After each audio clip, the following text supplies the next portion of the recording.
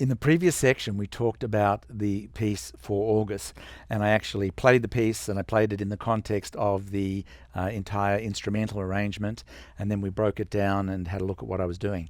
We're going to approach this next section quite differently. I'd like you to just look at what it is that we're doing from the perspective of how we look for shapes and patterns in music. And so I want to start off by working from a diagram.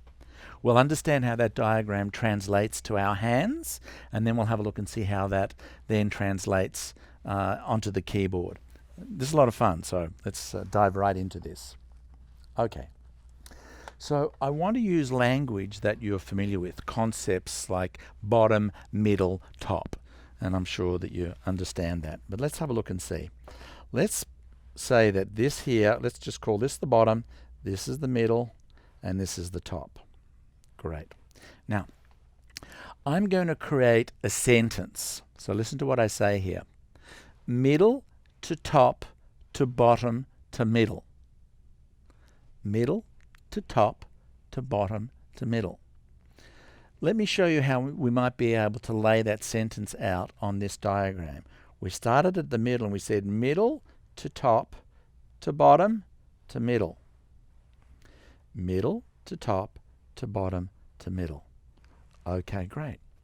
Now, let's have a look how this concept of middle to top to bottom to middle might unfold in our hands. And I'm encouraging you here to be saying this out aloud as you do that.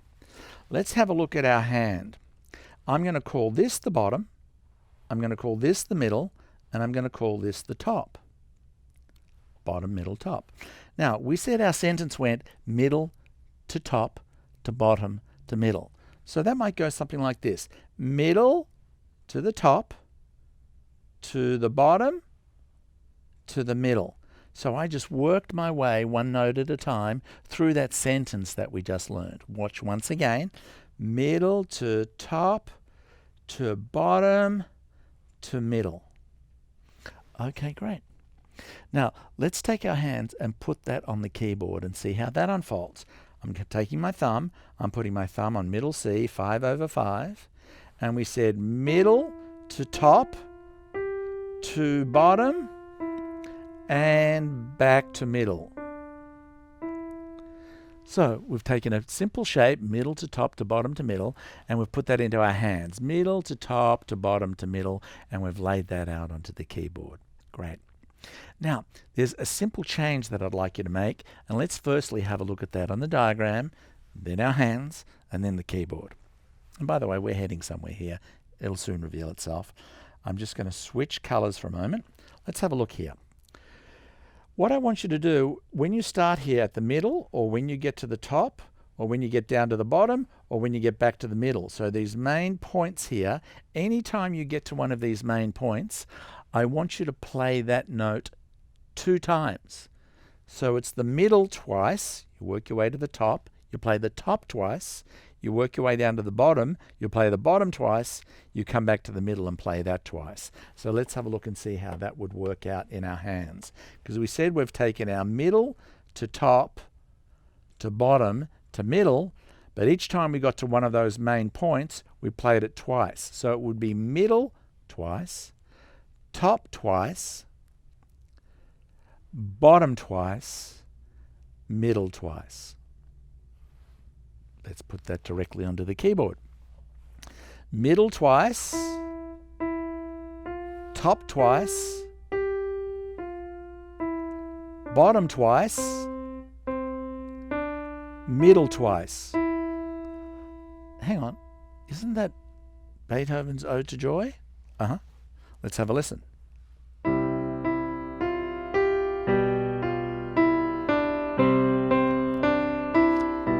With a little bit at the end again.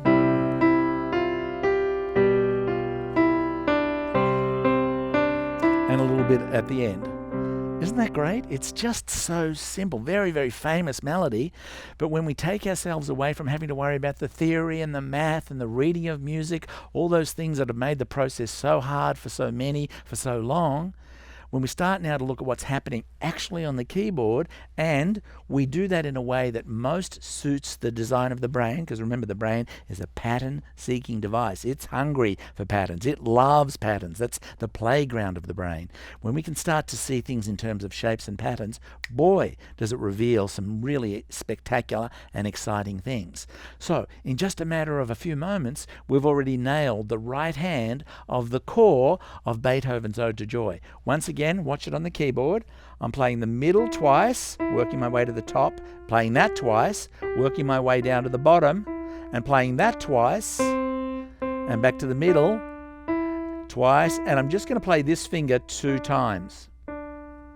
Then we repeat itself. We repeat it again twice, twice at the top, coming down, twice at the bottom, and now, instead of just playing our twice, we're just going to play this note and then this note. It's just a little bit of a twist at the end.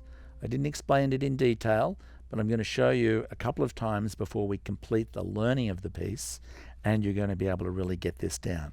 What I want you to do now is I want you to process this middle to top to bottom to middle. Make sure you can see it. Make sure you've got it into your hands, and I recommend you touching your fingers middle to top to bottom to middle. Make sure that you're doing that. And when it comes then to doing it twice, middle to top, touching it twice, to bottom to middle, and then doing that at the keyboard. It really helps actually if you touch your fingers. That extra sensory connection really compounds the learning. And then we're going to do that at the keyboard. So just process the content that we've done so far.